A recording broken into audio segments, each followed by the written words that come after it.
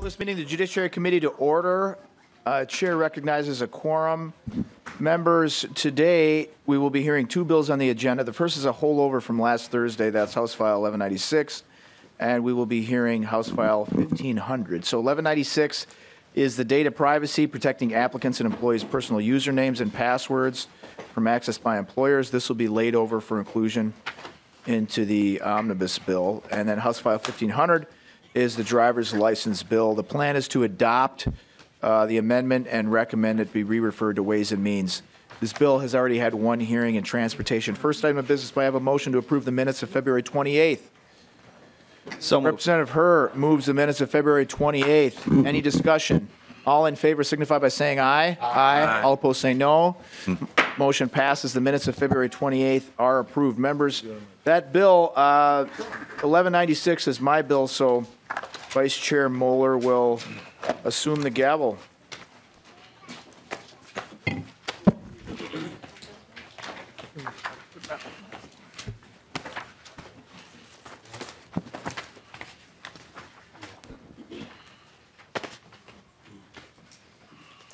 All right, Chair Lesch, would you like to move your bill to get it before the committee? I would, Madam Chair. All right, Chair Lesch moves his bill to be laid over for inclusion into the Data Practices Omnibus Bill. So now we have the bill before us. Chair Lesch, please tell us about your bill. Thank you, Madam Chair and members. This bill prohibits employers from forcing or coercing their employers or job applicants into providing access to their personal social media accounts, except under a limited set of circumstances that are found in Subdivision 2. It also prohibits employers from taking or threatening to take action against an employee for refusing to disclose this information. That's in Subdivision 3. Now, employers may access information about an employee that is publicly available. So if you got your site up but anyone can see it, that's fine. It's in the public domain. Or to comply with state or federal law. For example, security clearance, et cetera, to request or require an employer or applicant to share specific content that has been reported to the employer for purposes of ensuring compliance with legal or regulatory requirements, or to investigate certain allegations. Also, to prohibit an employee from using a personal account for business purposes, and to prohibit an employee from accessing or operating a personal account during business hours while on business property. So the bill provides an enforcement mechanism which allows an employee to take legal action for damages or equitable relief. Members, this bill is something that is needed in the digital age. A lot of people are living a substantial portion of their lives on the interwebs, and that means people can find out a lot more about you than they used to with a click of a button, and we should not be allowing employers into our private lives that way. We don't let our employers into our homes or our bedrooms. We should not let them into our digital lives without permission. So, and I have here Mr. Ben Feist with the ACLU of Minnesota, who can talk more about it. Welcome back, Mr. Feist. Go right ahead. Madam Chair, members of the committee, Ben Feist, Legislative Director with the ACLU of Minnesota. Thank you, Representative Lesch, for bringing this bill forward and to the committee for hearing it this evening. Over the past several years, there's been a strong bipartisan consensus that we need to empower Minnesotans to take control of their privacy and bring our digital privacy laws into the 21st century. We believe that every person should have the right to decide who they want to share personal, private information with. Privacy is not about keeping secrets. It's about maintaining control over our own lives. Today, Minnesotans are as likely to use a social media or other personal online account to communicate to a selective audience as they were to use a telephone a generation ago. It's a popular forum for the exchange of ideas, and personal information will be compromised if employees and prospective employees know they may be forced to provide employers with access to these accounts. This bill creates an appropriate balance by prohibiting employer access unless one of the number of exceptions applies, which we think is the reasonable way to go for our state. With that, happy to answer any questions. All right, great. Members, do you have any questions? Representative Johnson. Madam Chair, Representative Lesch, I want to thank you. Overall, I agree to a lot of the concept of this bill. I just was sitting here thinking that there might be some exceptions where it may be needed to have that information. I can think of a couple of situations where it's a high security type and a real thorough background needs to be done for the hiring. I'm just wondering if there's any exceptions in the bill to that. Well, Madam Chair and Chair Johnson, I think those are exceptions under subdivision 4.2, or there's one other subdivision. But to comply with federal law, so a security clearance or something like that, it would be. And, you know, the folks that I know that have either secret or top secret security clearance, I mean, the hoops they have to jump through to do that, they pretty much know that they're like, I mean, there is no privacy. If you've got a secret clearance, you're an open book, and that's the way that they want it and is what it is. But I agree with you. I believe that the exceptions crafted in here should be adequate. We haven't received any indication that they're not. Representative Johnson. Madam Chair, Representative, I just wanted to make that clear because there is some occasional circumstances where that might come into play, and I don't want to have this law be a problem. Chair Lesch. Madam Chair, Chair Johnson, you know, if that were to pop up, I would be one of the first who would want to offer an amendment to make that available. Any other questions from members? Representative Herr. Thank you, Madam Chair. Chair Lesch, just a quick question. So I know that we define this as social media account, but, and maybe that's not for us here to interpret that, that's for the courts, but could there be potentially an issue of someone saying like a LinkedIn is not social media, that's a professional network? Are we concerned about any kind of like definition around that word? Chair Lesch or Mr. Feist? Okay, well, you know what, Madam Chair, maybe we could just defer to research, the smart people, and just have them say, you know, whether or not LinkedIn should, I think the definition is pretty vague, but let's see what Ms. they say. Fuller. Chair and members, the definition of social media account in the beginning of the bill is fairly broad. I think it would include a LinkedIn account and other kinds of accounts similar to that. Any other questions from members? Does anyone from the audience wish to testify on House File 1196? Oh, Representative Johnson.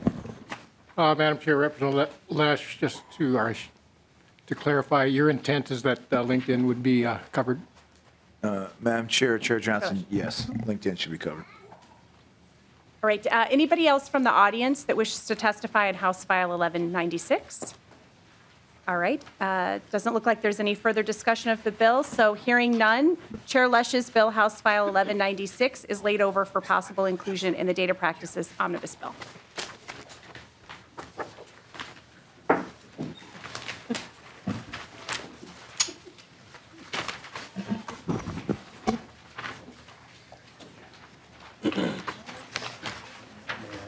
Representative Winkler, support.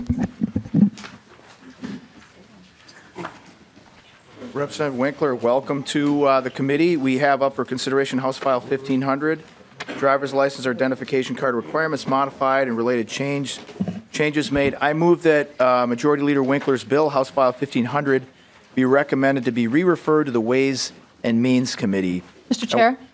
Who just said that? Oh, Chair Scott. Thank you, Mr. Chair.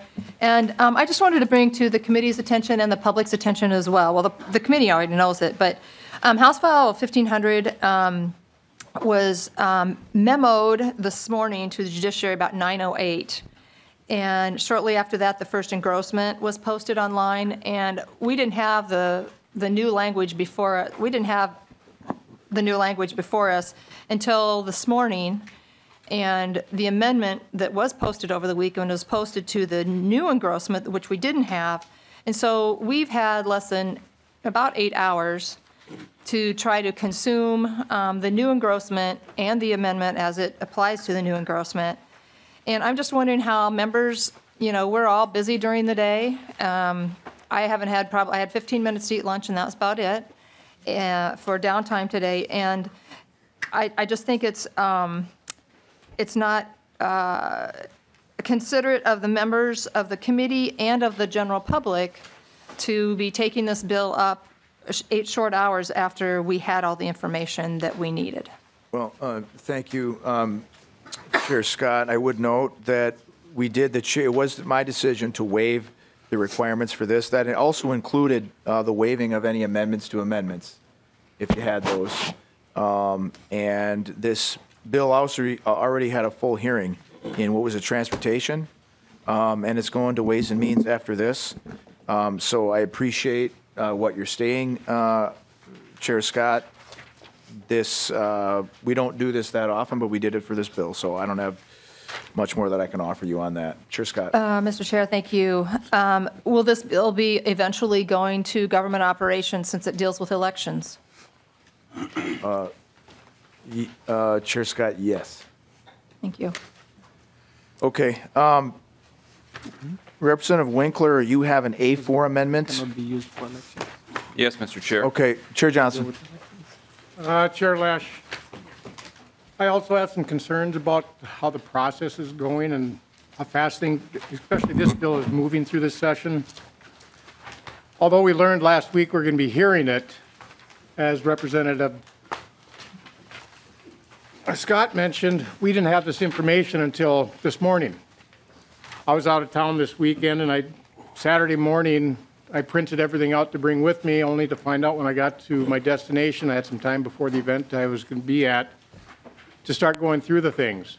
And to find out I don't even have the proper stuff in the bill to even look at it. And trying to find out, have the original bill and have the amendment that was added, and trying to go through between paper and the computer and trying to line things up. And I'm also concerned about the transparency. How is the public going to hear what's going on and see what's going on when they have so little time, 8 hours from the time it's posted, to actually see what's in the bill to get here if they have any concerns about this bill? And I also noticed that this bill is scheduled for Ways and Means tomorrow as well, less than 24 hours from now. So that concerns me about how this process is going on. And the fact that there is no Senate companion, as last time I checked earlier this morning. And so with that, I'm going to make a motion to table this bill so we can have proper time to digest what all the changes were and what the amendments do. And I'm going to request a roll call. Chair Johnson has made the motion to table the bill and requested a roll call. Go ahead and get ready. Any discussion? Yeah, that's true. It's non-debatable. Forget what I said. There's no discussion. As soon as you're ready, go ahead, and committee legislative assistant will take the roll. Chair Lesch? No. Representative Mueller? No. Representative Scott? Yes. Representative Barr? Yes. Representative Cantrell? No. Representative Carlson? No. Representative Considine? No. Representative Grossel? Yes. Representative Hassan? No. Representative Herr? No. Representative Johnson? Yes. Representative Liebling? No. Representative Lucero? Yes. Representative Mariani? Representative Noor? No. Representative O'Neill? Yes. Representative Robbins? Yes. Representative Zhang? No.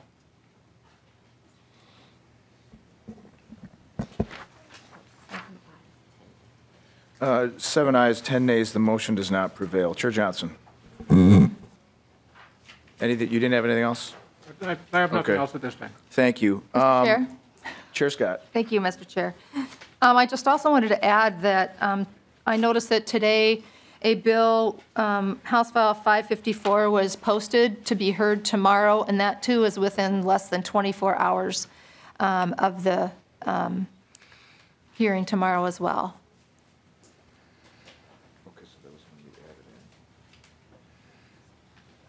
Okay, go ahead, Chair Scott. And Mr. Chair, we would just, first of all, are you willing to waive any, Yes. the amendment time?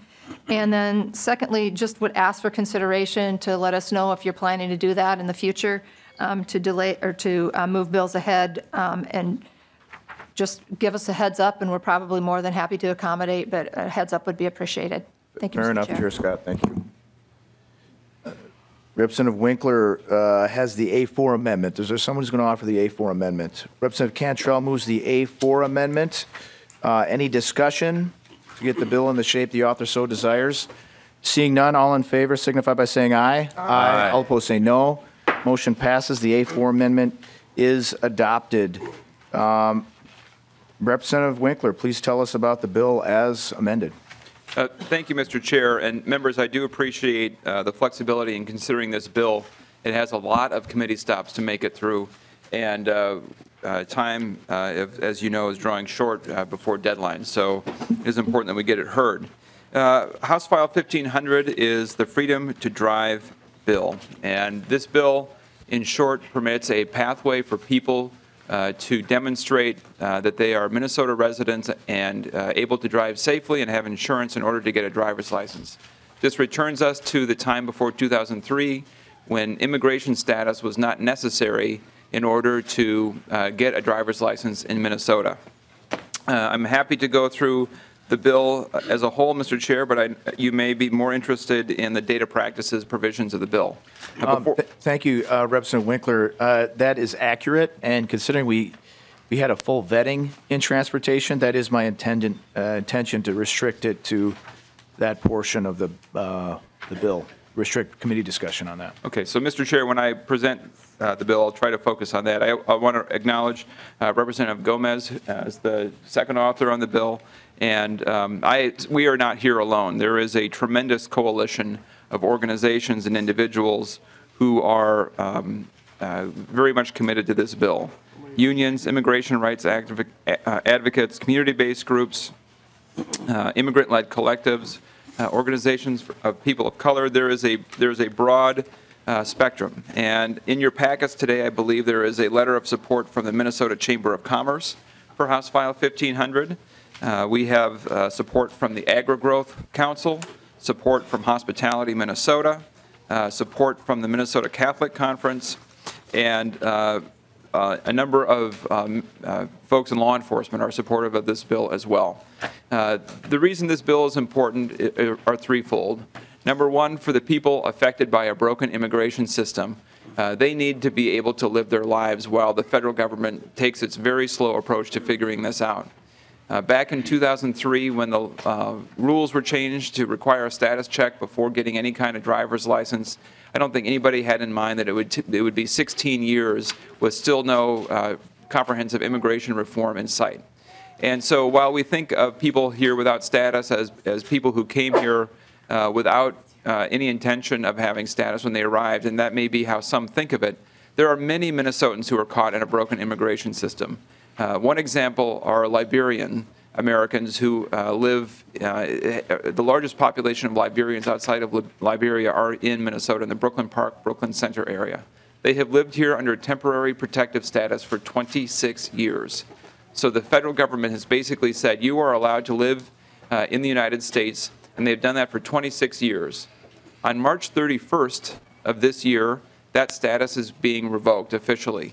And so the people who have made their lives in Minnesota through a fairly arbitrary change of policy at the federal government level are left without status.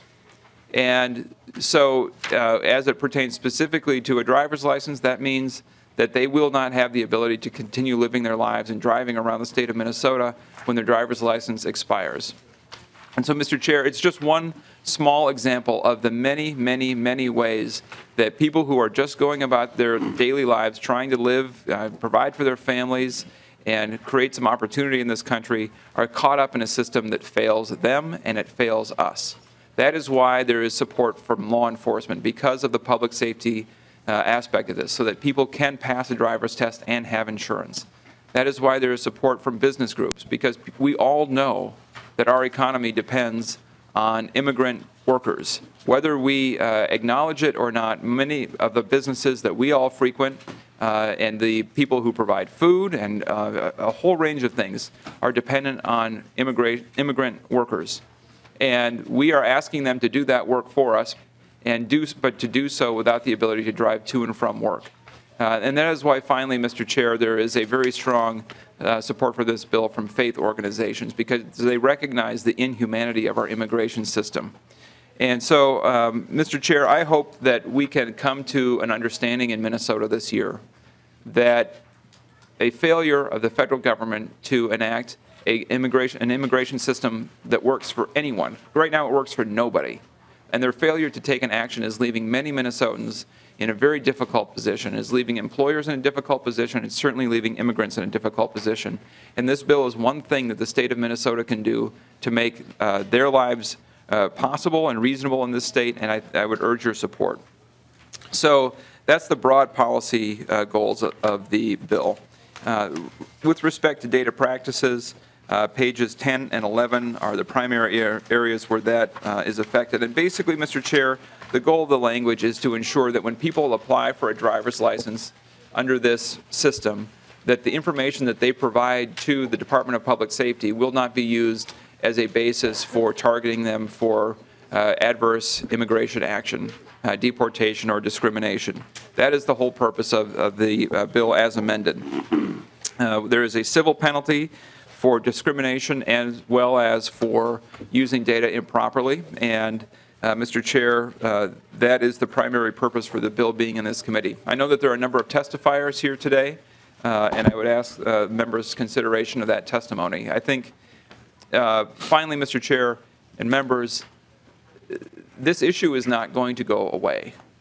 At one point in time, we are going to resolve this in Minnesota, and there is no reason to delay it any longer. It has been 16 years, and it is finally time for us to help bring people out of the shadows and into the full, as much as we can, into full membership in our community. And I would ask your favorable consideration. Thank you, Representative Winkler. Representative Gomez. Thank you, Mr. Chair, and members of the committee for being here, and thanks also to all of the supporters and community who have been working on this, as Representative Winkler mentioned, for 16 years. I guess I just, want to keep it brief, but, to the purview of this committee, I just want to underline, that the public safety goals that Representative Winkler outlined, which are about ensuring that folks who are driving cars on our streets have proven that they, have taken a test, have showed that they have the skills and the knowledge of the law necessary to drive safely, and that they have access to insurance. All of that rests on top of a strong protection of their data and assurances that it will not be used for purposes other than confirming that they have the ability to drive safely and legally in our state. And so the data practices provisions in the bill really just kind of provide that bedrock that will give people in the community the confidence to participate fully in this program, to take those tests, and to drive safely on our streets. And thank you, Mr. Chair. Thank you, Representative Gomez. We have other testifiers who are going to come forward. Is that accurate as well? Representative Grossell. Thank you, Mr. Chair. And Representative Winkler or Gomez, whichever one of you wants to answer this. You're talking about this security for data and such. Do we give the same security to every other Minnesotan? Representative Winkler? Mr. Chair, Representative Grossell, there is a federal act which sets a minimum standard for driver's license data protection. Minnesota has enacted essentially that federal standard for all driver's license applicants. The purpose of adding this language is because in Vermont, which has a similar program, there was a lawsuit after some data was disclosed because there was a lack of clarity about whether it could be shared or not. And so we're making sure that our laws are very clear that it cannot be shared to avoid that kind of issue coming up again. Representative Grossell. So I guess help me to understand this, if you would, please, that if I were doing a criminal investigation, I couldn't get information about anyone on this type of license? Did you want to answer that, Representative Winkler? Or? Yes, Mr. Chair, Representative Grossell, you would not be able to get access to information related to immigration status only. Any other questions? Okay, thank you. So, Representative Lucero. Thank you, Mr. Chair. So as I'm looking at this here, as I'm reading, it's page 10, looking at lines 11.5 through 11.8. Am I understanding this correctly? I guess the question would be to the bill author, Mr. Chair.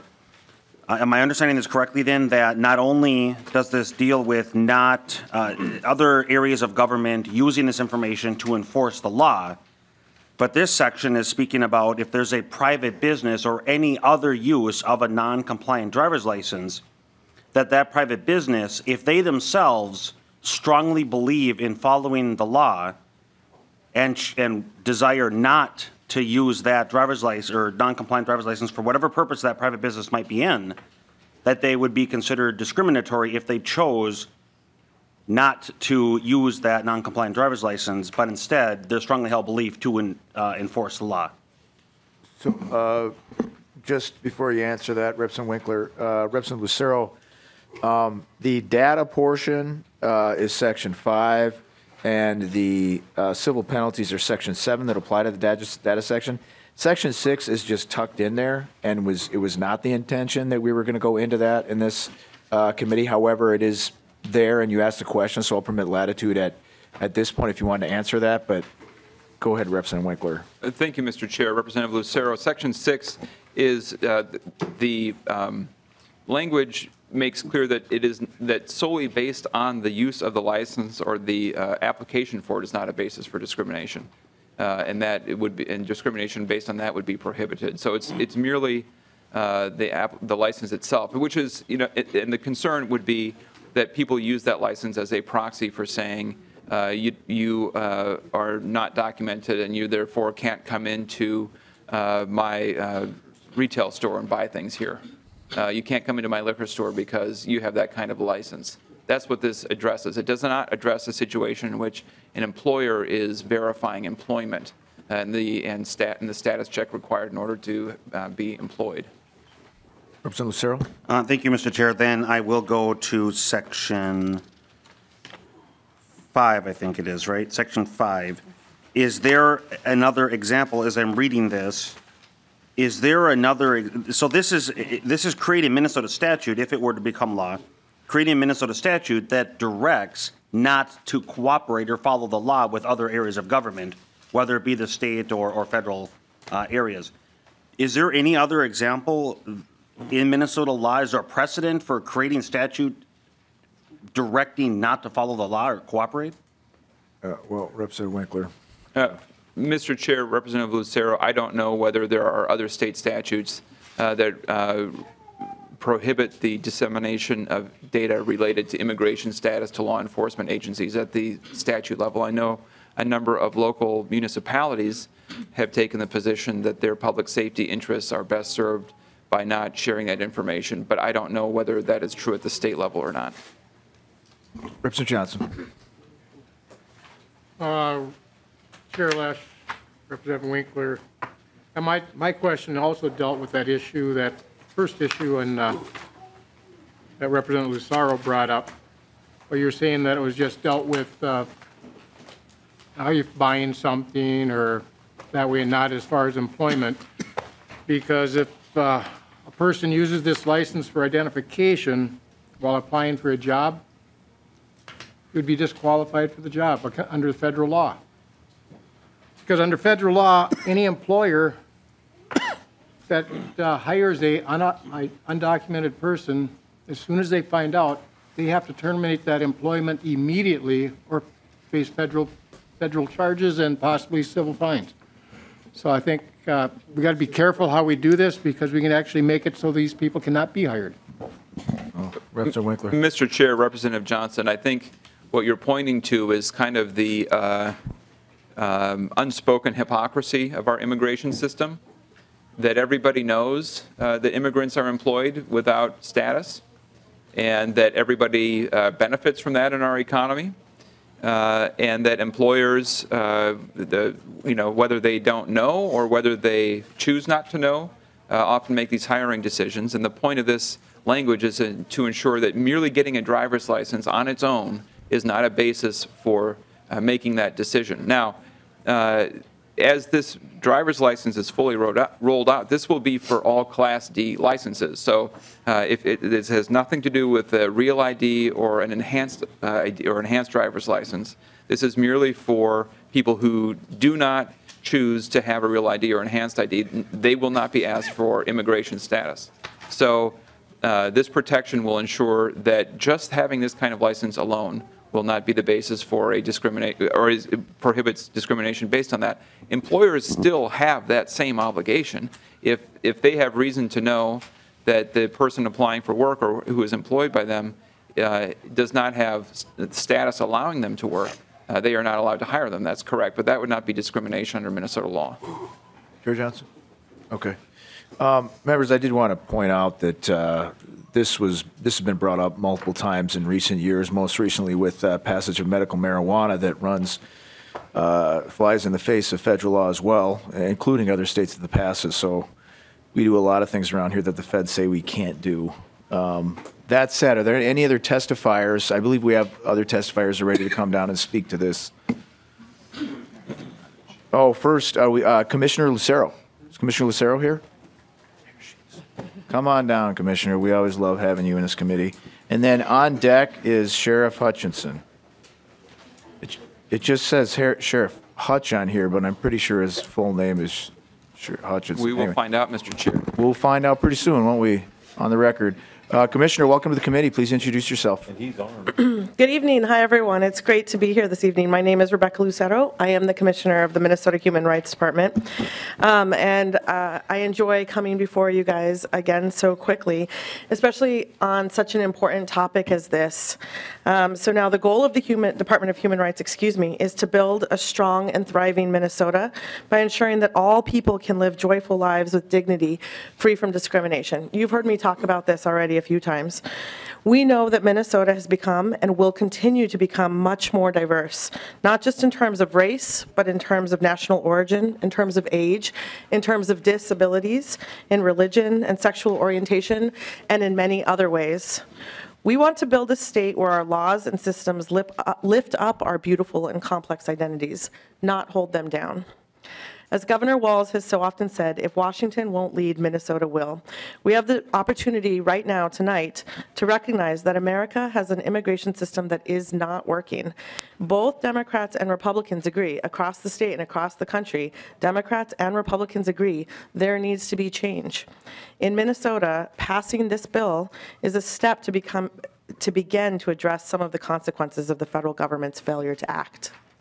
It's just a step. As you've heard me talk about, I was born and raised in New Mexico. This Minnesota is my home, but I was born there, and that's one of the many reasons why this bill is so personal to me.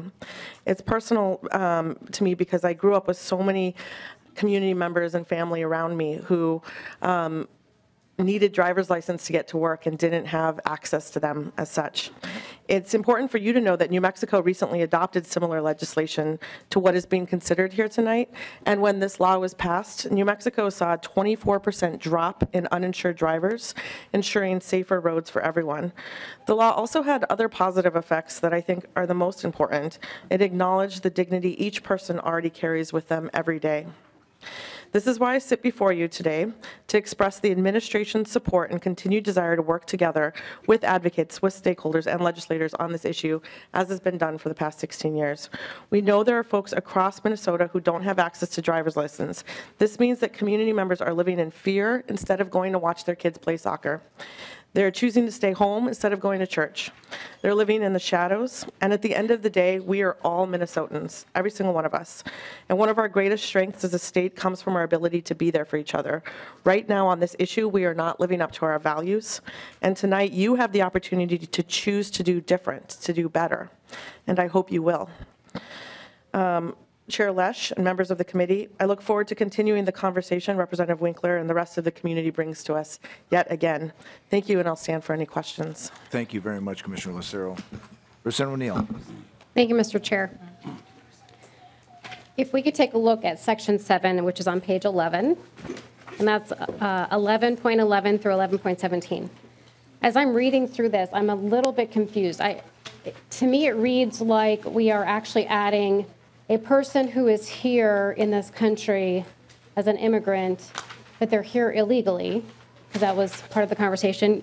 They could be here legally, but they could also be here illegally, are now actually a protected class in Minnesota. Would that be an accurate understanding of this section? Because you also have a $10,000 civil penalty for not following these conditions. Can you just speak to that? Am I misunderstanding this part? Commissioner Lucero. Chair Lesch, Representative, that's correct. You're misunderstanding that portion. So that is not correct, to be very clear. This provision is laying out that when you use this driver's license as a way to make a decision about somebody's immigration status, that presents a prima facie case of evidence about their national origin that can be used when we're looking at these kind of situations. It is not creating a new class or a new protected class. It's just providing a way to look at it. And I wonder if you might have some more information on that. Sorry to put you on the spot. Mr. Chair, Representative O'Neill, no, it does not create a new protected class. It merely says that a driver's license can't be used as the basis for making a discriminatory decision. Mr. Chair? Representative O'Neill. Thank you.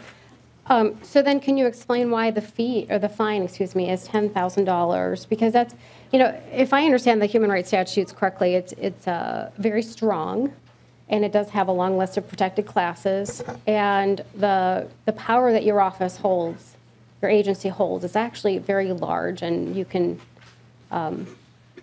weigh quite a bit for penalties and different things for a business that's not non-compliant. So can you just explain the $10,000 fine? That seems like an awfully high fine if we're not actually adding an immigrant who's here with an illegal status to the protected class, then why the $10,000 civil fine? Commissioner Lucero. Representative Lesch, I'm actually going to defer to the people who wrote this bill to give an explanation for that specific number.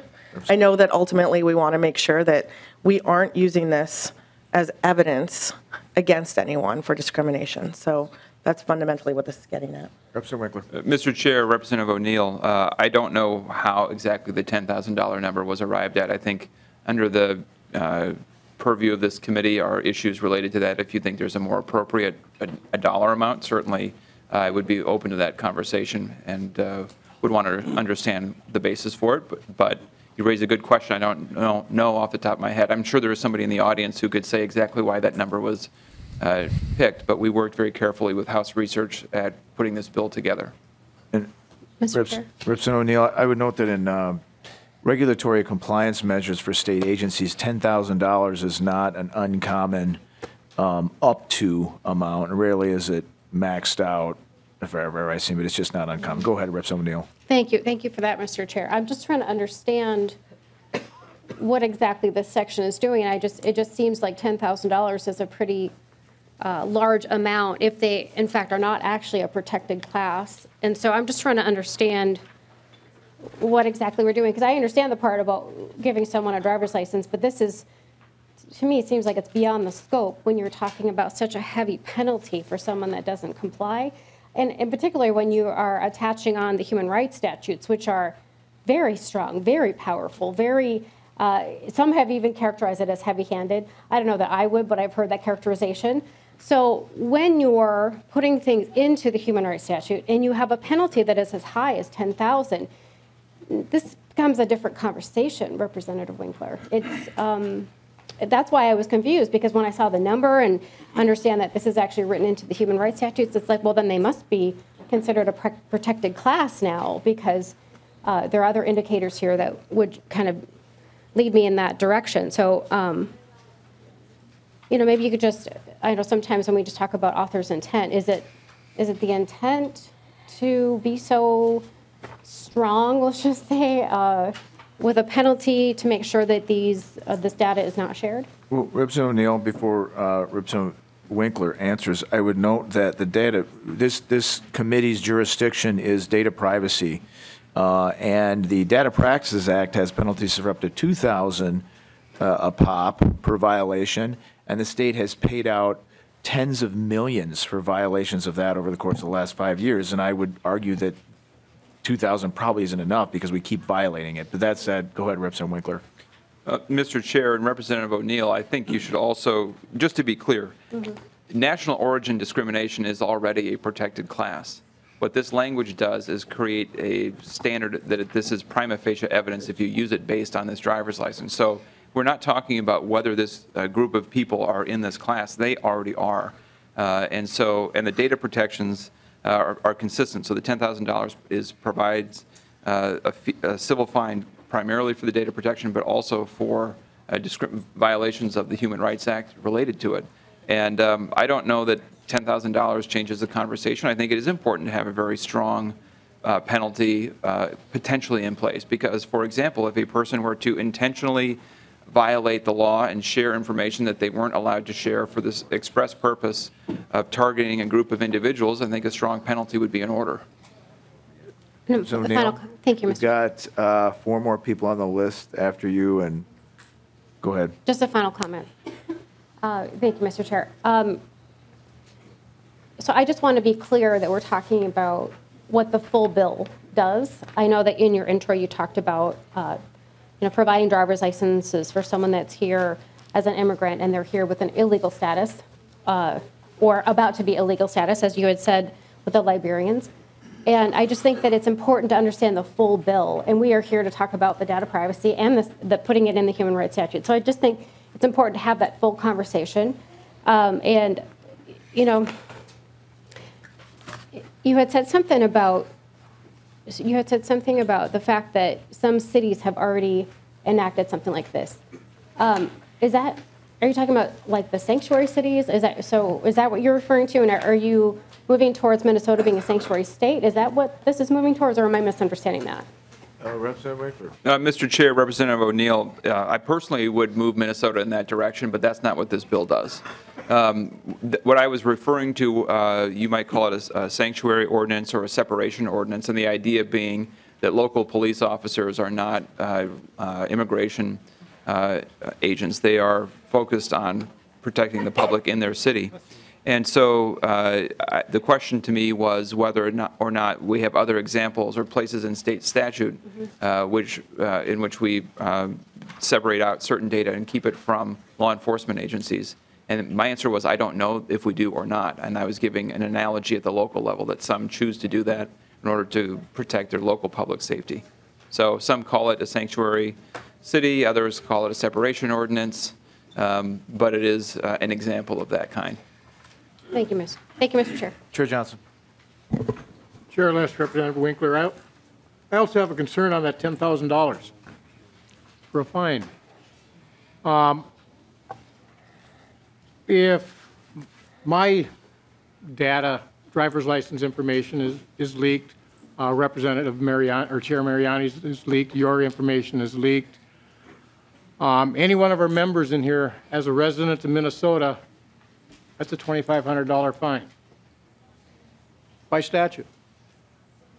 But in your bill, you're giving somebody the civil penalty 4 times the amount that any citizen of Minnesota would be fined, or the fine for leaking their information.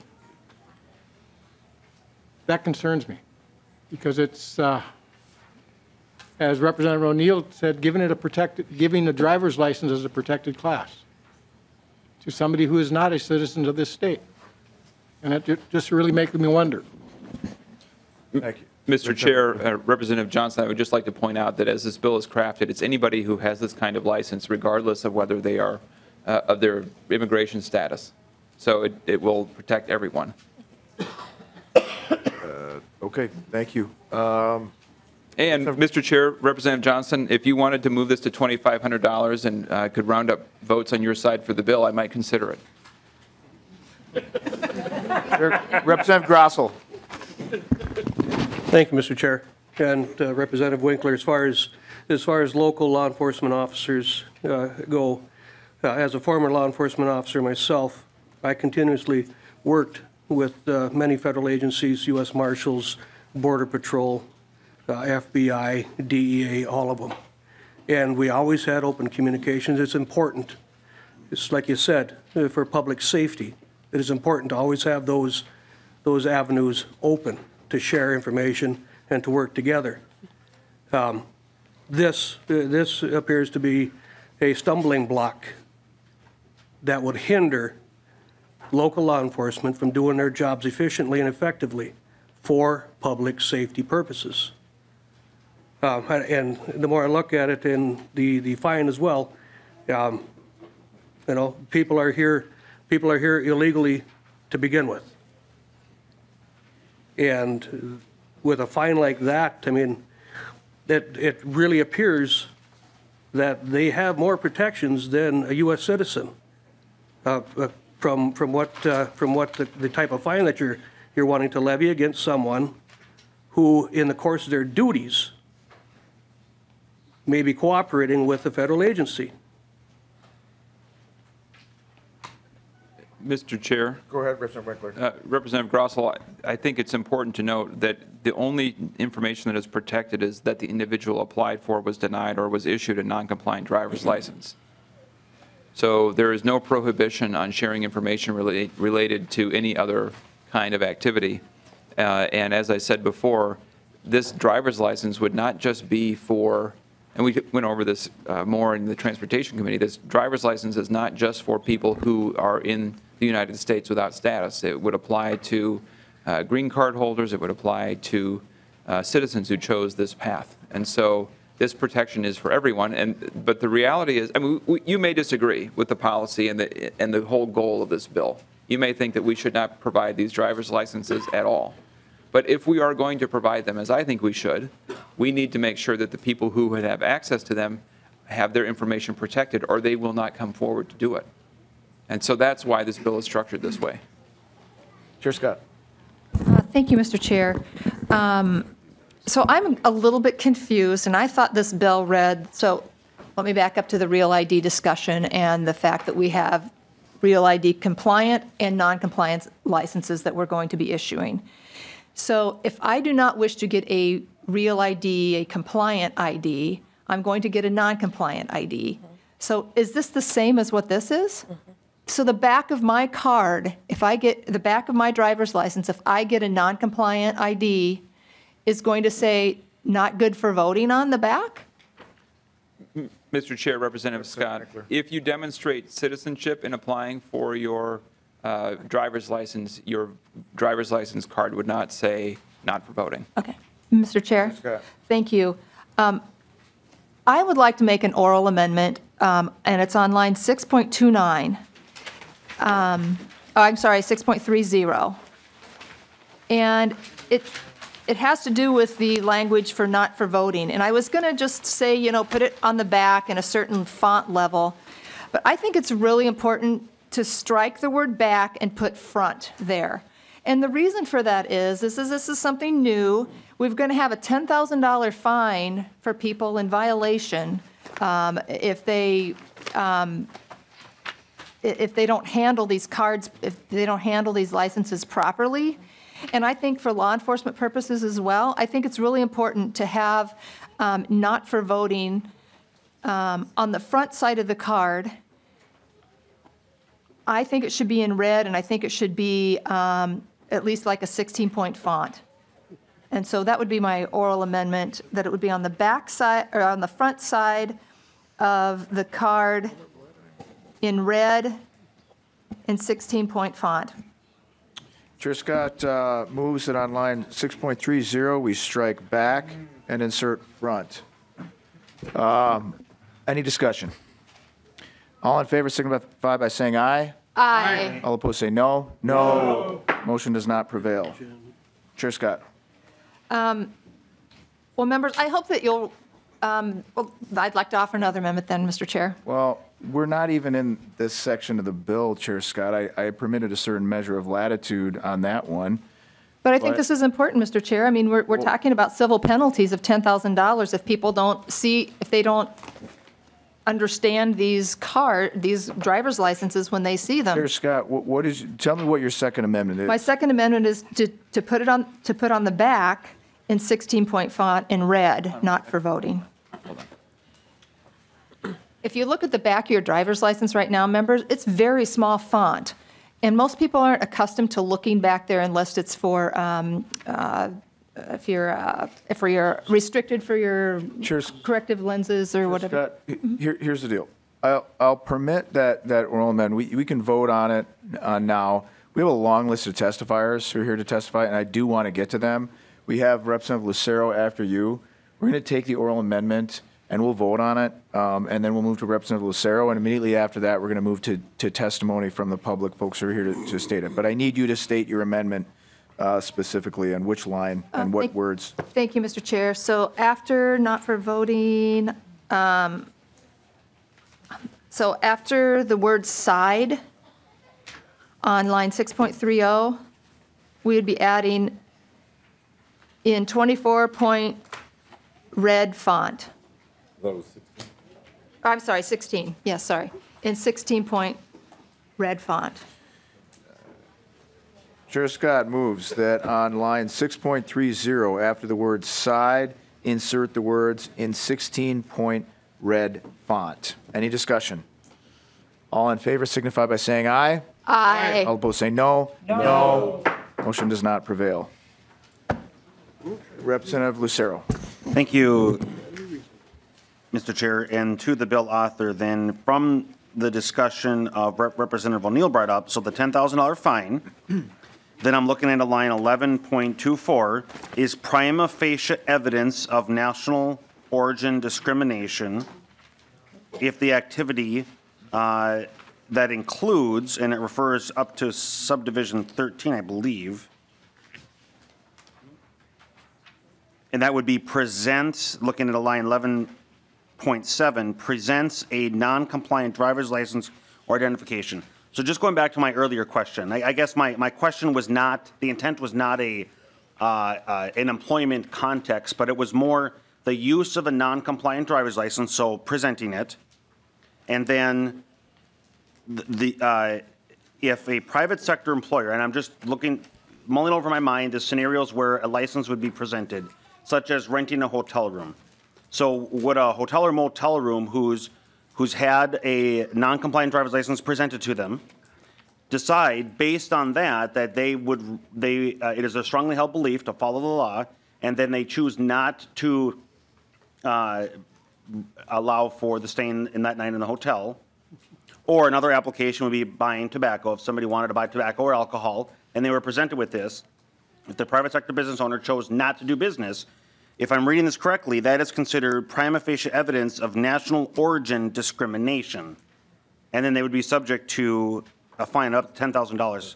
Am I reading this correct? Well, go ahead, Rips and Winkler. Mr. Chair, Representative Lucero, you are reading it correctly. Okay, then a follow-up, Mr. Chair. Prima facie case merely means it's a threshold showing. It doesn't mean that they've proven anything. You still need to prove it. There still are rebuttal presumptions. Go ahead. Okay, so I appreciate that. Then my second question is based on what Chair Scott or Representative Scott just brought up. So under Real ID compliant, there's a misnomer. There's Real ID compliant where you've provided, then there's also, it's Real ID compliant, but it's called non-compliant, but you're still having to comply and it says non-compliant. This is providing a third option then, if this were to become law, where it's neither of those is not compliant at all with either of the Real ID flavors, if you want to say it that way. Could I then, as a citizen, obtain this non-compliant driver's license, but then I would still use my passport, which is one of the 15 documents that I could still fly with, and then I could use one of the other options available to me for voting, right? There's a whole plethora of options there. Am I allowed then as a citizen to get this non-compliant driver's license for the express purpose then of trying to avoid and keep myself out of the Real ID system altogether? Mr. Chair, Representative Lucero, the answer is yes, and it sounds like you're warming up to a support of the bill. We've got Sheriff Hutchinson, Michelle Rivero, Isabella, what does that say? Someone with the first name Isabella. Darren Macbeth, Gustavo Rivera, and Gloria Gonzalez. These are the line that we're going to be calling up. And so come on up. First one I stated, Sheriff Hutchinson. And then on deck, we have Michelle Rivero. Welcome to the committee, Sheriff Hutchinson. Thank you, Mr. Chair and members, for having me. As a sheriff of Hampton County, my primary responsibility is public safety and to keep people safe that are in Hampton County.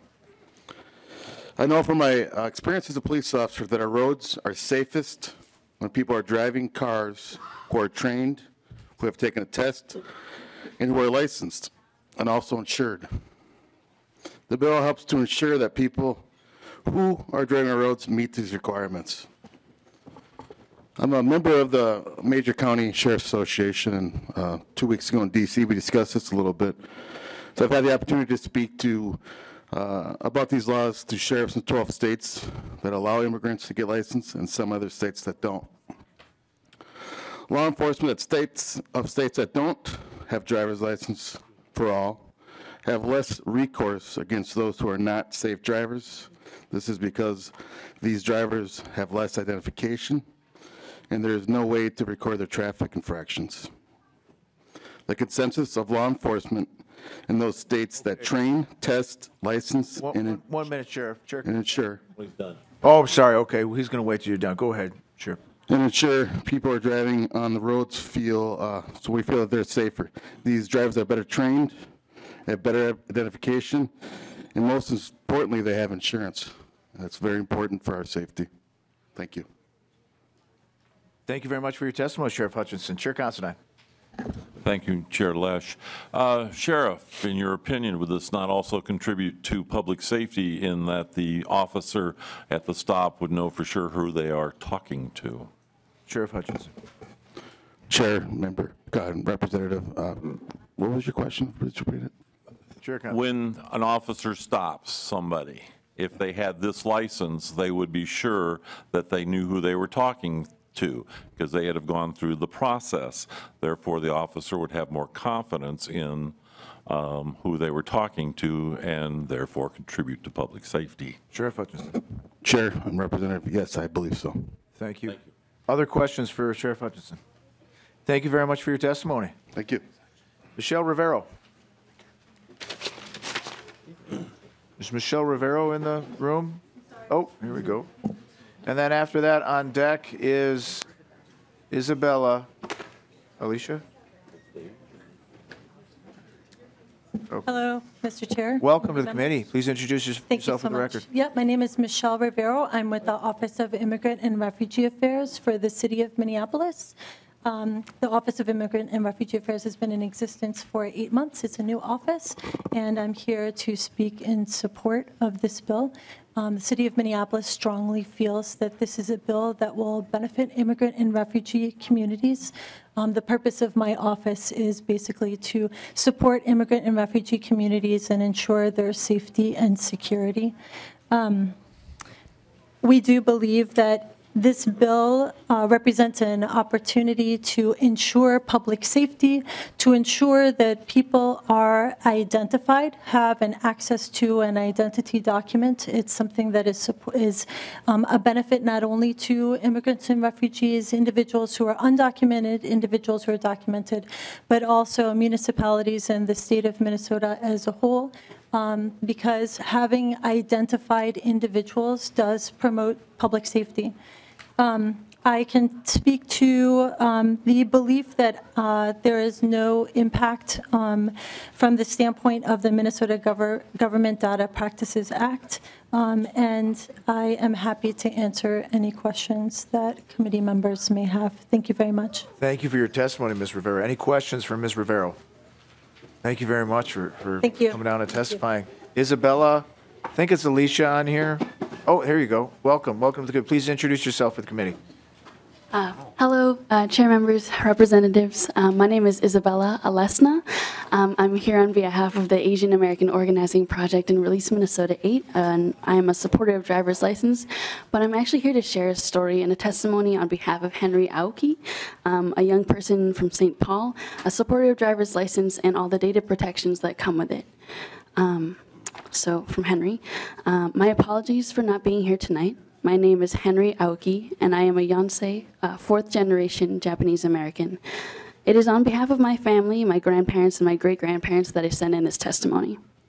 On March 27th, 1942, Lieutenant General John L. DeWitt issued a proclamation prohibiting all people of Japanese ancestry from leaving the Pacific coast.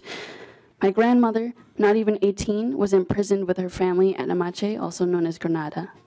My grandfather was imprisoned with most of his family at Minidoka, but his father, my great-grandfather, was forcibly separated from them.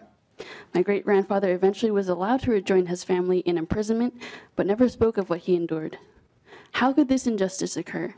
On the same day that General DeWitt prohibited my family from fleeing the coast, Congress passed the Second War Powers Act. It empowered the Census Bureau to provide data to various agencies, including the FBI. Not just block data, but names and addresses specific to Japanese Americans. As a result, the imprisonment of my family and so many others was carried out with technical precision. Data ensured that no one was overlooked for injustice.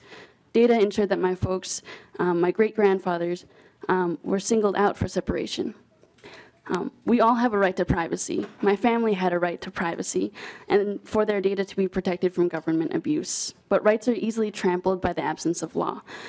We live in an age where a person cannot engage in society without having their life stamped into data. One cannot drive a car in the winter without first surrendering their data.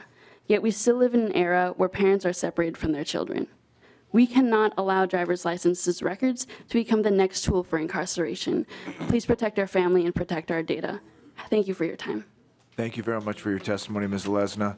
Any questions from the committee for Ms. Alesna? Thank you. Next person we have coming down is Gustavo Rivera and Gloria Gonzalez. Welcome to the committee. Please introduce yourself for the record. Good afternoon, Mr. Chair and honorable members of the committee. My name is Gustavo Rivera. I am 43 years old, and I live in Minnesota since 1996. I am married, and I have 3 citizen children. On April 4, 2012, I opened a small used car company here in St. Paul. The reason that I opened my company was to be able to support my community in navigating the brochures and buying and selling cars with my clients in their own language and explain to them step by step, clauses in Spanish, the goal for them to feel safe in the purchases. So last October 31st, 2018, I was notified by the Department of Motor Vehicles located in the 2nd floor of Sears store. The dealers, we cannot longer sell or transfer titles to whoever holds a consulate, document, or passport. 90% of my clients are from Hispanic immigrant community. When I heard this, I know that I have a big problem. So we cannot longer make or sell to our community and those who didn't have a driver license or ID from the United States. So the state of Minnesota will obtain revenue because we are possible 95,000 affected now. For the Class D license, the regular cost is $25.25. So that means 95,000 divided by $25.25. So equals $2,398,750 only to obtain driver licenses. Now, as an illustration, we take a car value of $3,000 or more. The state will receive 6.5% for each transaction. So this will generate to the state $236.35. So multiply by 95,000, and you get $22,491,250. So if we keep on the illustration, the cars are under $3,000 to change ownership of titles or plates or enrollment. The state will collect $96.79 for each transaction. So if we multiply for 96,000 of us, we have a potential revenue collection of $9,995,050. So if you guys imagine the value of the vehicles are more than $3,000, the state revenue will be radically increased because the state will be charged more and more for car worth $10,000 or $20,000. So this is just an example, and this without counting the public safety on the roads and jobs, car insurances, and all could be dramatically increased in our community. People who will be small micro businesses if they have a driver licenses with an IT number, individual taxpayer identification number. And people could become owners, small companies. So will be contribute to the economy grow in the state of Minnesota. That's why, Mr. Chair and committee members, I ask that you guys vote in favor of the proposal of HF 1500. We want driver license for everyone. Thank you. Thank you for your testimony, Mr. Rivera. Questions for Mr. Rivera from the committee? Thank you very much for joining us here. Thank you. Gloria Gonzalez.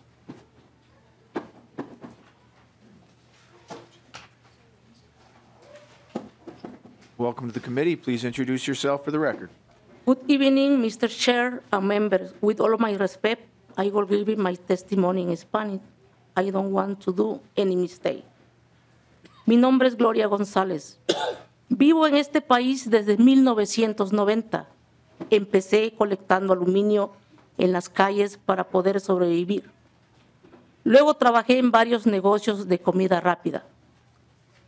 My name is Gloria Gonzalez. I've been living in this country since 1999. I started collecting aluminum to survive, and then I worked in different businesses of fast food.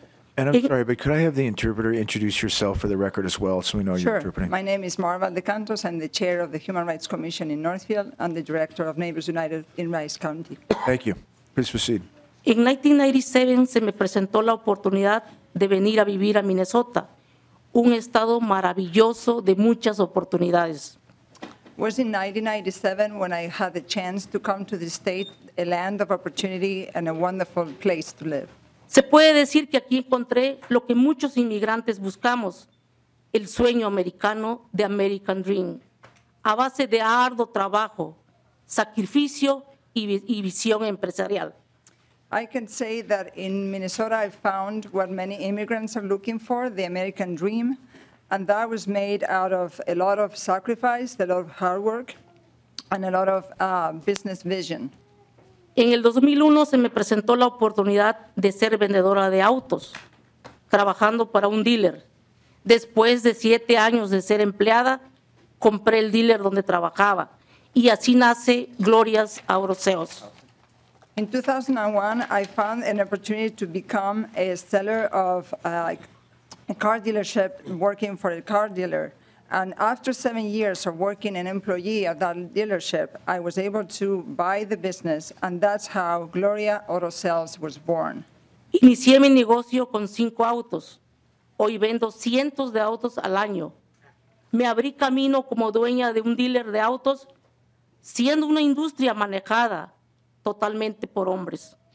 Soy la primera mujer latina en el negocio que ha permanecido y ha triunfado, de lo cual mi hija, ciudadana americana, se siente orgullosa y sigue el ejemplo de su madre. I began the business with only 5 cars. Today, I sell hundreds of cars every year. I became the owner of a dealership of cars, being an industry, as you know, governed by men mostly.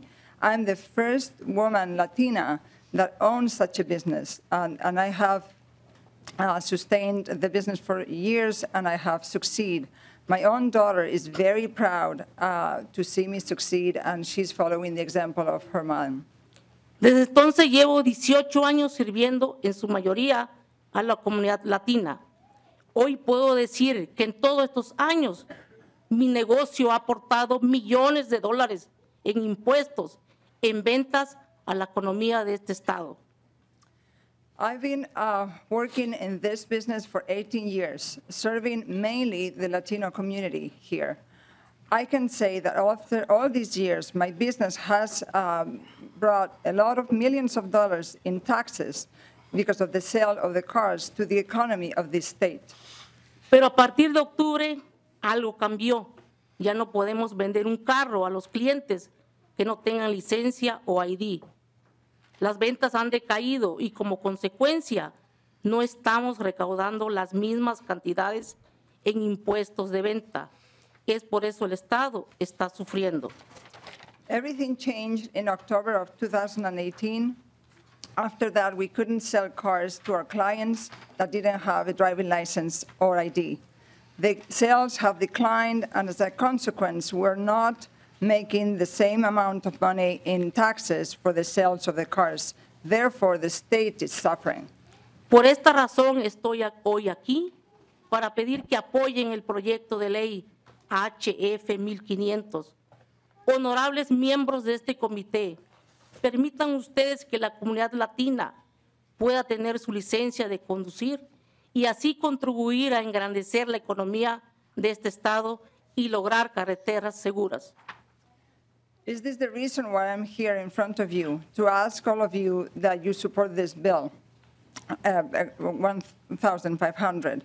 Honorable members of this committee, please allow the Latino community, again, to have driving licenses to drive, to contribute to the wonderful economy of this state and have safe roads. Mi historia es un pequeño ejemplo de lo que realmente somos los inmigrantes en este país. Soy uno de muchos ejemplos de una comunidad honrada y trabajadora, a la cual, si se le brinda la oportunidad de contribuir a la economía, es capaz de hacer grandes cosas. My story is a small example of who we are really as immigrants in this country. I am one of many examples of this wonderful, honest, and hardworking community. I would like this opportunity to be granted to this community so we can contribute and keep contributing to the economy and do wonderful things. Es por esto que les pido que voten en favor de las licencias de manejo para todos, que se pongan las manos en el corazón y nos traten con igualdad y respeto. Muchas gracias. This is why I'm asking of you that you vote in favor of driving licenses for all, and that you put yourselves with your hands and your heart in our shoes and treat us with equality. Thank you very much. Thank you very much for your testimony, Ms. Gonzalez. Questions from members of the committee for Ms. Gonzalez? Thank you. Thank you for coming up. We next have Pastor James Erlandson and on deck Pastor Mark Vingy. I'm sorry if I butchered that. How do you say it? Vingy? Vingy. Okay, we're good.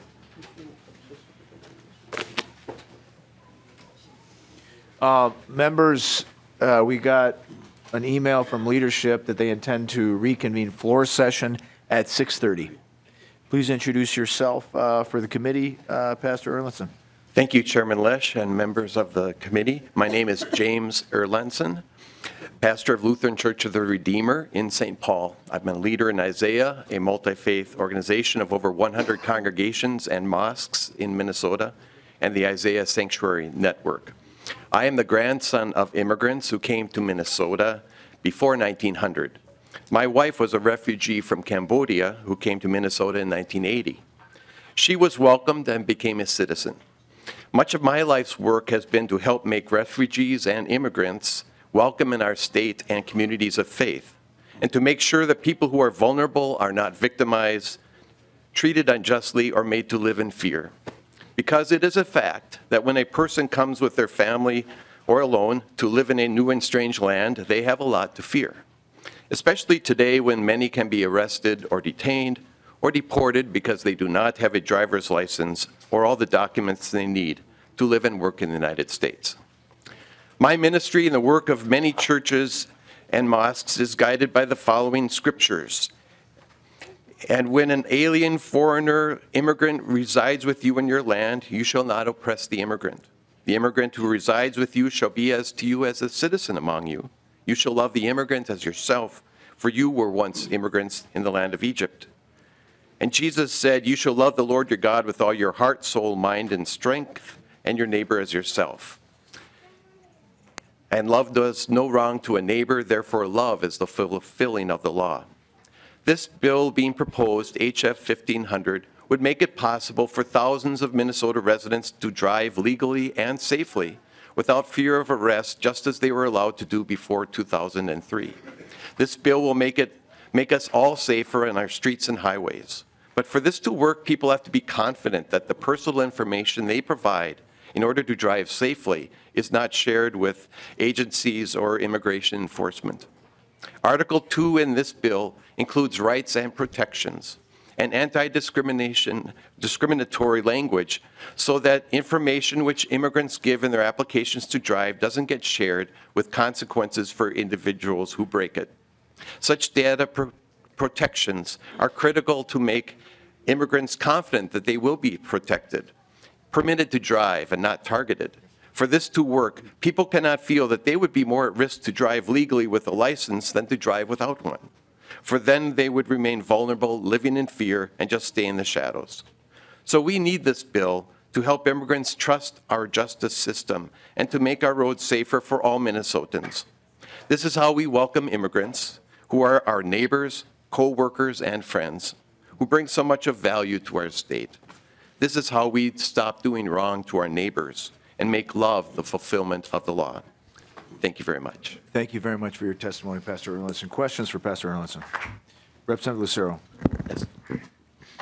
Thank you, Mr. Chair. So to the pastor, is it true that Christ said, I came not to do away with the law, but to fulfill the law, thereby implying and making it definitively clear that there is a law and a process to follow, and that he does not want to do away with it, but instead to uphold it?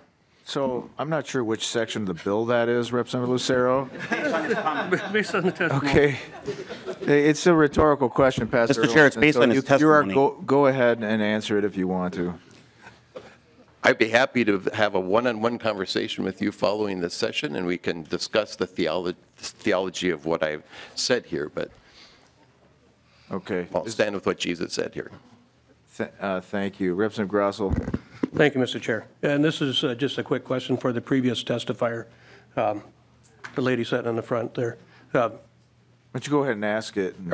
Is she currently in the process of becoming a U.S. citizen? I'm not going to allow any personal questions to be asked of individual status, Representative Just out of Grossel, curiosity, sir. Okay, all right. Thank you. Any other questions for Pastor Erlandson? I have one, Mr. Chair. Chair Scott. Thank you, Mr. Chair. And I hope that you'll allow a little latitude, since the clergyman mentioned Scripture. I think it's appropriate to answer with Scripture. And so just briefly, I'd like to do that. You feel free to answer. So Romans 13:1 says, let everyone be subject to the governing authorities, for there is no authority except that which God has established. The authorities that exist have been established by God. To me, that's saying that we need to submit to the laws of the land. And so, yes, we can still submit to the laws of the land and love our neighbors. It's not impossible to do, Pastor. Thank you. Thank you. Thank you. We have next. Mr. Chair, I didn't get to finish, if I may. Representative Grossel. The question was leading into another portion to where I've spoke to a refugee from Vietnam, and this person had fled Vietnam, fled communism there, and they're very much against this bill.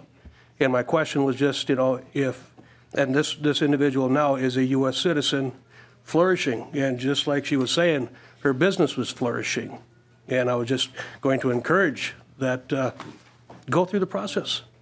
That was simply what it was. Understood. Thank you, Representative Grossel. Pastor, I forgot again. It's Vingy or Vingy? Vingy, thank you. Okay. Pastor Vingy. Oh, I'm sorry. Representative Hassan, did you have a question? I just have a comment, but I can wait until. Okay, thank you. Go ahead. Please introduce yourself for the committee. Right. Welcome. Good afternoon. I'm Pastor Mark Vingy, Senior Pastor at House of Hope Lutheran Church in New Hope, which is also a congregation in the Isaiah Sanctuary Network. And we also host a librarian congregation as well. Thank you, Pastor Vinci. I went to Bible school at House of Hope. Even though it's Lutheran, the kids down the block were Lutheran. Yeah. I'm Catholic, but my mom made me go to Bible school with the Lutherans, which was very, very irregular, but it was a great little, wonderful. Great little place. I get to go have Mass at St. Joseph's every once in a while. So, thank you. That's where I went.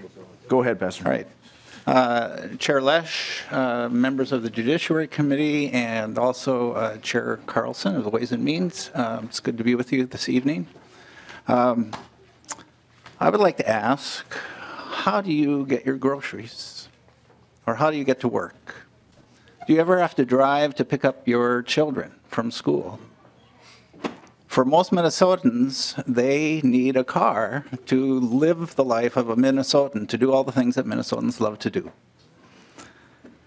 For many of you, that it's almost unimaginable then to think of living here without the ability to drive. You need a driver's license. But if getting a license puts you at risk of deportation or being put in jail, again, separating parents from their children, that is going to be a deterrent. It's going to keep people in the shadows. There would need to be assurances that all the data that is collected is protected, as this bill supports to do, and not used against the applicants. How you treat the most vulnerable people says everything about your character, your morals, and whether you believe that all people are endowed with certain unalienable rights. Thank you very much. Thank you very much for your testimony, Pastor Vinci. Representative Lucero? Is driving a right or is it a privilege? Well, it's a part of life in Minnesota. Okay. That's my point. Thank you. Any other questions for Pastor Vinci? Oh, Representative Hassan, you had. I just have a comment. Thank you, Mr. Chair. I want to thank Representative our Majority Leader, Ryan Winkler, and Representative Gomez for bringing this legislation. It's an important legislation. I just want to, for the record, I would love my colleagues to use the word undocumented instead of illegal, because no one is illegal, and I've heard the term illegal tonight multiple times. That's for the record. This is an important legislation. It's not only the moral thing to do, but it's also the smart thing to do, and it's the safe thing to do. My family came to this country many years ago, running away from persecution. We were running away to get a new life without fear of being killed, raped, or starved to death. We came to this country. So as I sit here and listen to people talk about this, I was imagining when we arrived here, we were told, you can't drive, you can't work, and you have to hide from the law enforcement. That's basically what we're asking our neighbors, our community members to do. And there are 90,000 undocumented Minnesotans who are living in Minnesota who this legislation could free their lives. They could pick up their children from school, they could travel, they could move to Duluth and get a job there. So if you don't even care about morality, this is the smart thing for our economy and the right thing to do, because you want the person that's driving next to you to have a driver's license and an insurance in case there's an accident. Thank you. Thank you, Representative. Great. There will be no demonstrations in committee. Representative Herr. Thank you, Chair. And this Representative Winkler and Representative Gomez, I just wanted to say thank you for bringing this legislation forward. I think that oftentimes we forget that this conversation is not one-dimensional.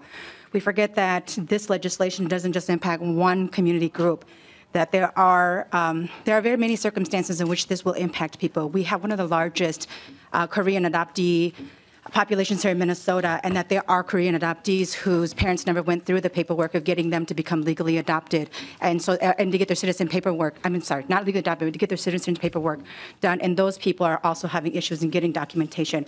My husband, who came here legally. His parents died when he was young, even though his parents became citizens when he was a child, and that we had trouble finding documentation in order for him to get his driver's license, to get a passport. That there are legitimate reasons in why people are here, and somehow they lose their status. And so that this is a broader conversation, and for us not to think about this as impacting just one community. There are large segments of people who came here, and for one reason or another, they've lost their documentation. And so I just want to commend you for bringing this forward. And I wish that this legislation would go further, because I almost feel like I've had experiences working at City Hall in which ICE agents were waiting for people to come to their hearings and then detaining them there. I have concerns that ICE agents could be waiting at the DMV where somebody is applying for their application to see some of this. And I know that we can't control that and that we can't go that far in this legislation, but I almost wish that we could. So I just wanted to thank you that there's probably more we could do and that this conversation is much broader than just what we may be looking through in a very limited lens when we're thinking about who is undocumented here in this country. So I just want to say thank you. Thank you very much for your comments, Representative Herr. We are on to committee discussion. Representative O'Neill. Thank you, Mr. Chair. Yeah, I was just thinking a little bit more about what Representative Winkler had said about national origin discrimination, and that was on line 11.24. And I understand that your national origin is a protected status, but and that's in there for a very, very good reason. But legal status, so your legal status is not a protected not a protected class under the Human Rights Act. And I think I was trying to get to more of that. And I get it. I understand that the national origin is there, but in line 11.24, you talk about evidence of national origin discrimination, but isn't it really legal status discrimination? Isn't that more an accurate depiction right there? Isn't that what we've been discussing? Representative Winkler. Mr. Chair, Representative O'Neill, national origin discrimination is already defined in the law. You have to prove it, and the fact that somebody would deny you access to a hotel room, as Representative Lucero earlier described, would meet your initial burden of proof, the prima facie evidence standard. So it doesn't create a new class. It simply offers a vehicle for demonstrating the discrimination. Representative O'Neill. Thank you, Mr. Chair. But so much of the conversation has been about, sharing data so that ICE, is aware of their legal status. But when I asked you about the legal status, like a protected class, because we're putting this in the Human Rights Act. You talked about national origin, but didn't really talk about that really it's about legal status. And that's really what my question had been about earlier. And I realize you answered by talking about, well, your nation of origin is, you can't ask about that, and that's a protected class. But really we're talking about your legal status. Representative Winkler. Am I misunderstanding? Mr. Chair, Representative O'Neill, we are in the bill talking about getting a driver's license without needing to demonstrate your legal status or your immigration status. You don't have to show that in order to get a license.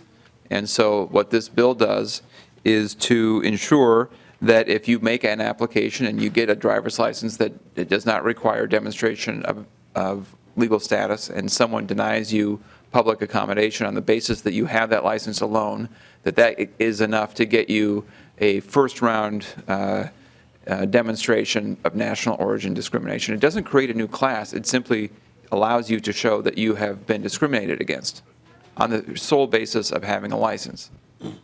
Representative O'Neill. Just final comment. So I guess that's where I'm parsing this out, where I'm having a challenge because the license, we're creating this license for those that are here with like you had talked about, the Liberians are about to lose their legal status, or others that are here because of a lack of legal status. So we're creating a license for folks that can't get it any other way. And then you're creating civil penalties if someone uses that license and questions their legal status and somehow discriminates.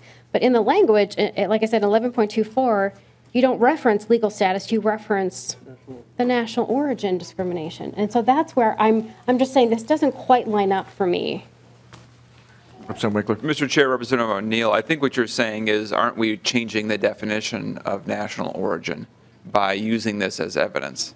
Yeah. And my response is no, because you still have to, the case for discrimination still has to be made, and the other party can respond and provide different evidence of what's going on in that particular instance. So no, it doesn't change the definition. It merely is describing a type of evidence to demonstrate it. Representative O'Neill? I'm sorry, but the type of evidence are two different things.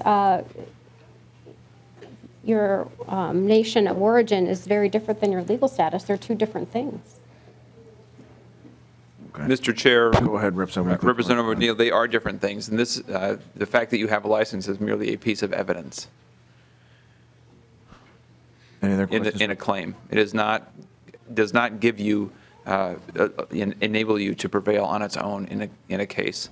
There is still a whole process to respond to demonstrate that it was not national origin discrimination.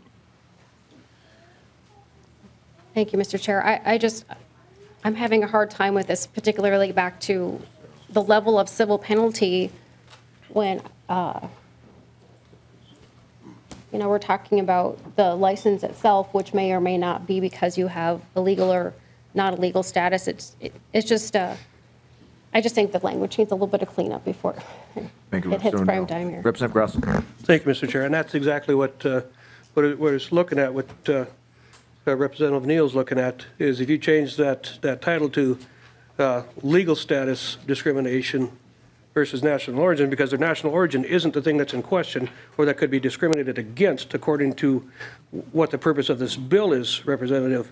The legal status is the thing that you're trying to keep from being discriminated against, not their national origin.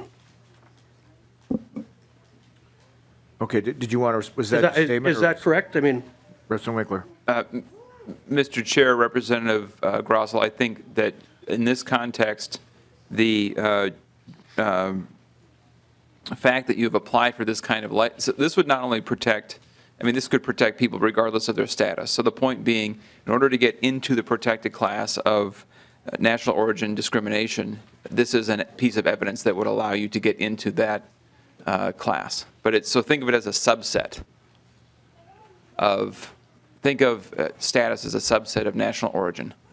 Representative Grosso. Thank you, Mr. Chair. Representative, I thought what this bill is supposed to do is to make sure that they're not discriminated against because of their legal status, not because of their national origin. Representative Winkler. Mr. Chair, Representative Grossell, that is correct, but we are not changing the definitions or creating a new protected class in the bill. Okay. Mr. Chair, Representative, if you do this, I think that's what is going to happen, because you're putting national origin in there when that's not what you're trying to do. You're wanting to make sure that they're not discriminated against because of their legal status. Thanks. Representative Lucero. Thank you, Mr. Chair. And the bill author is choosing his words very carefully. He's correct that we're not adding as a protected class, we're not doing these things, but what we are doing is we're assuming, back to my scenario, that if the private business owner, the hotel owner, chooses to take action to not rent a room, the law is saying that they decided not to rent that room because of national origin, when the reality is the business owner made the choice and took the action based on legal status of their strongly held beliefs to follow the law. And I find it very, there's many things difficult with this bill, but one of, since we're talking about this, I find it very difficult to put into law the assumption that a business owner acted based on discrimination of national origin, when in fact that's not the case. It may not be the case, and likely is not the case. And just thinking, a business owner, they have no idea what origin somebody's from. They're making the decision based on the card. So, Mr. Chair, I don't know when the vote is going to take place, but if a roll hasn't been called, I would ask for a roll call. Roll call's been called for. Chair Scott. Thanks, Mr. Chair. And I have a question on people that may be applying for these driver's licenses that maybe they're on the federal deportation list because they've been found to be criminals since they've been here. Is there a way of checking, is there any sort of database that will be checked against when people apply for these driver's licenses? Representative Winkler.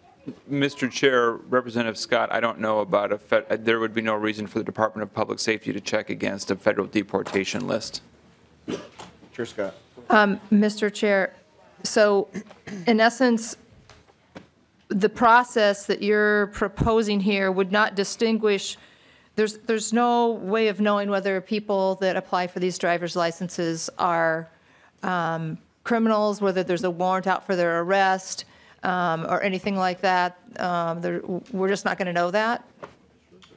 Representative Winkler. Mr. Chair, Representative Scott, I guess I'm a little bit troubled by the notion that a group of people, based on their immigration status, should be subject to a criminal background check for a driver's license when nobody else would be. So no, we don't have a criminal background check for a driver's license under state law right now. And so by adding to the category of people who can get a driver's license, we wouldn't be adding a new step of investigation. Scott. Mr. Chair, thank you. Well, there's a little bit of a difference there because we don't know who some of these people are. I mean, these people, we could have terrorists living among us. And don't laugh, people. I don't think that's funny. There are people here in this country that we don't know who they are, and the whole onus behind the Real ID was that you have to prove you are who you claim you are to be. And so I'm concerned that we have a means to do that. And if I'm not in favor of allowing someone that may be on some criminal watch list somewhere of supplying them with a driver's license in the state of Minnesota. Well, Mr. Chair, Representative Scott, there may be many people who get a driver's license in Minnesota today who are on a criminal watch list. There is no difference. Representative Carlson.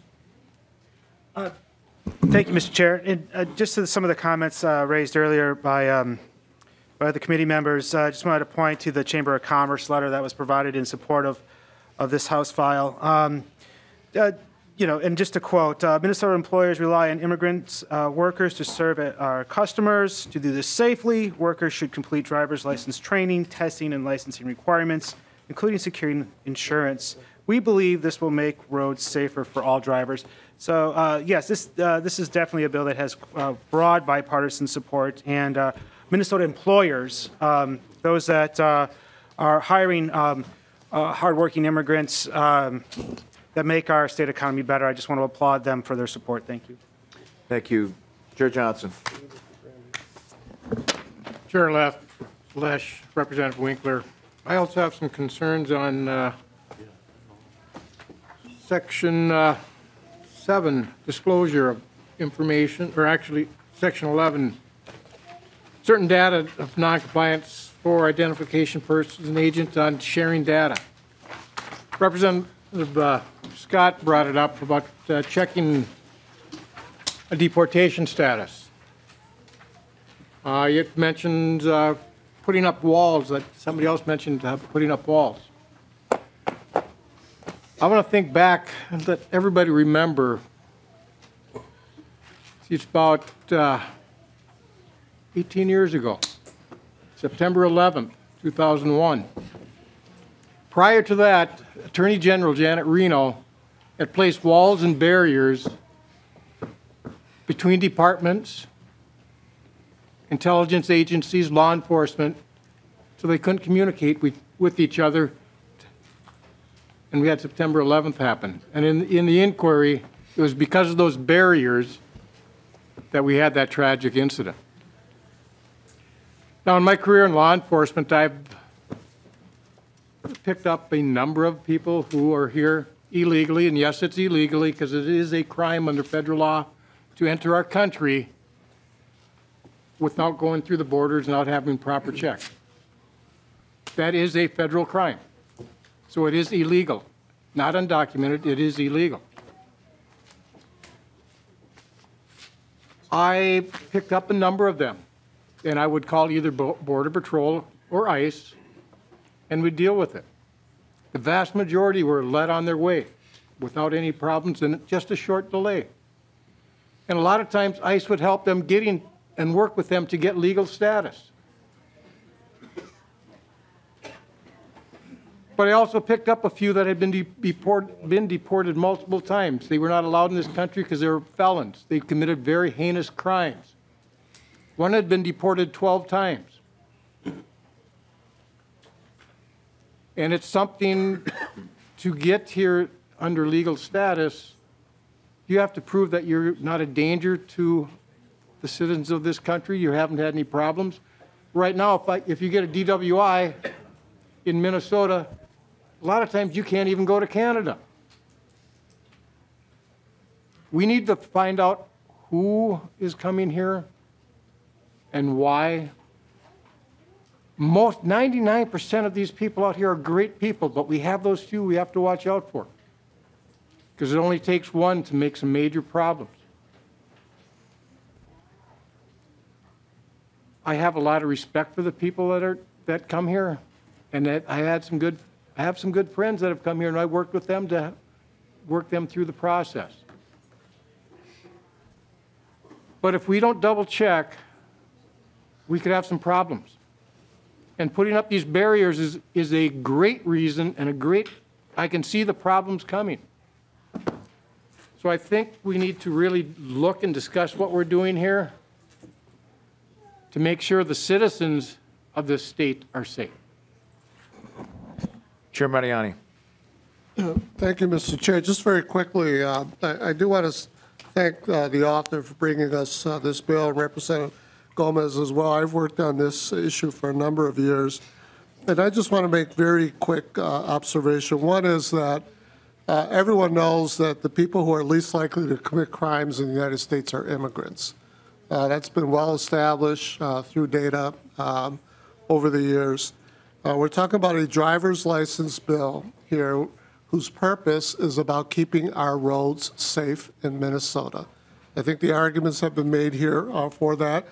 Mr. Chair, I understand that our focus is on doing data policy vetting, and I think we did some very good data policy vetting.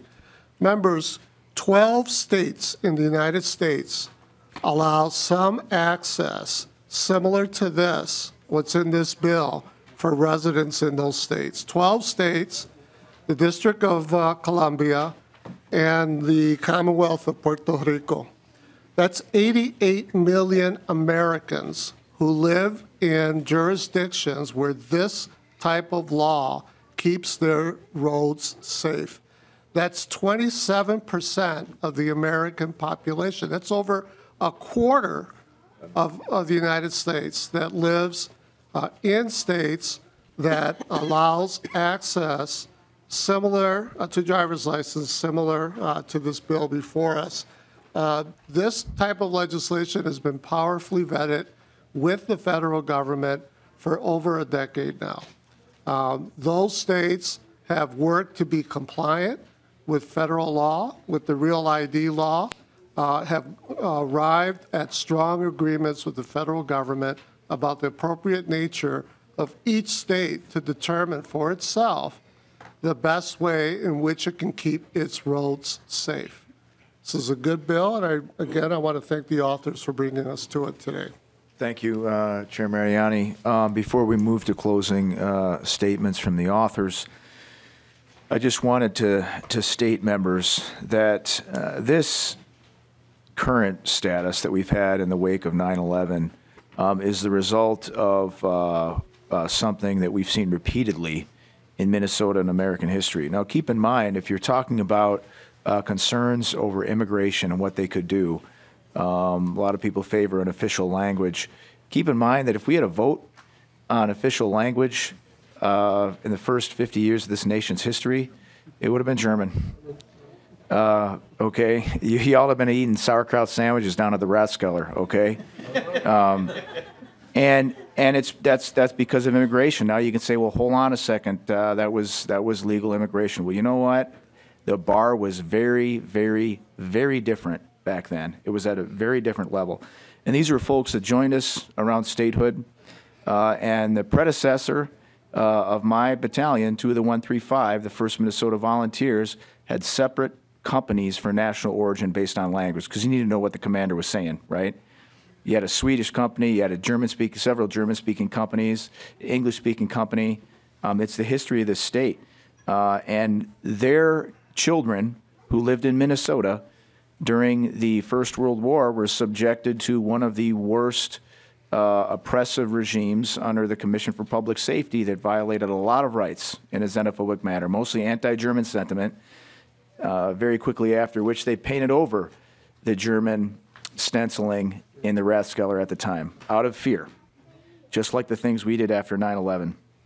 And Ms. Alesna, who talked about the Japanese internment, one of the most shameful periods in our nation's history because of how brazen it was, and we knew we were doing wrong at the time. We knew it, and we still did it against a nation in a war who was putting people in concentration camps, and we put folks in concentration camps ourselves.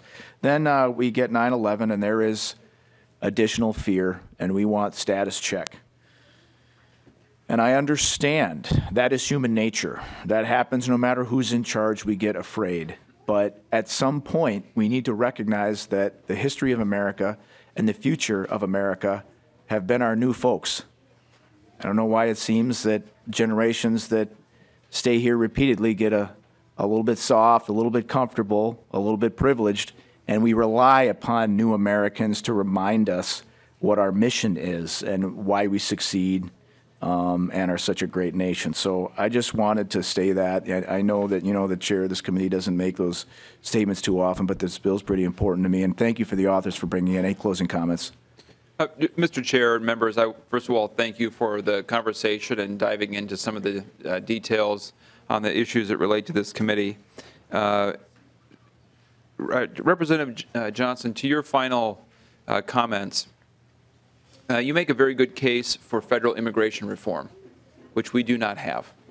We have the 99% of people that you referred to living here, working here, taking care of families, starting businesses, trying to live their lives in a system that doesn't work. Creating a driver's license system like this will not change whether or not the individuals that you're concerned about are in Minnesota or not. But what this process will allow is for people who are living their lives here and trying to do the best they can in an imperfect world under a broken system to live their lives with some more decency, to improve the safety of our roads, and to make sure that Minnesota is a place where people can live, work, and survive without the fear that a routine traffic stop will result in their deportation. And so I guess I just would ask you to think about what will happen if we don't take action. The issue will remain. The problem will remain unsolved. We can't count on the federal government to do this, but we can enhance our own safety. And why would we wait to do that? Because we are concerned about something that this bill won't affect anyway. It's not related. This is an opportunity to create public safety, help the economy, and help a whole lot of good people. And I would ask you to favorably consider the bill. Thank you. Roll call has been called. Any other comments from members? Roll call's been called for. The motion, the chair's motion, is that House File 1500 as amended be re-referred to Ways and Means. Committee Legislative Assistant will take the roll. Chair Lesch? Aye. Representative Mueller? Yes. Representative Scott? No. Representative Barr? No. Representative Cantrell? Yes. Representative Carlson? Yes. Representative Considine? Yes. Representative Grosso? Nope. Representative Hassan? Yes. Representative Herr? Yes. Representative Johnson? No. Representative Lucero? No. Representative Noor? Yes. Representative O'Neill? No. Representative Robbins? No. Representative Zhang? Yes. Mr. Chair, I think I was skipped. Representative Liebling? Yes. Representative Mariani? I'm sorry. C.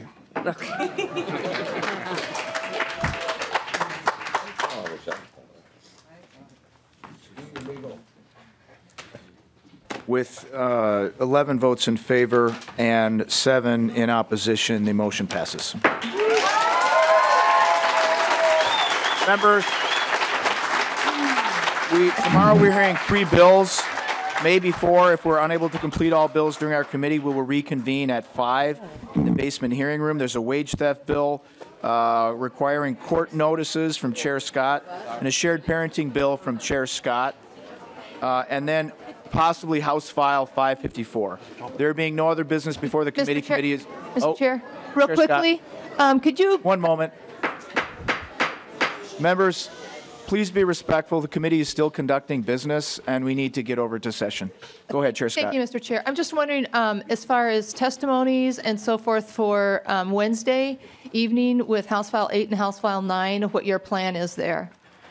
For Wednesday. Yeah, the scope is going to be substantially restricted on House File 8, Chair Scott, and I don't think it will on House File 9.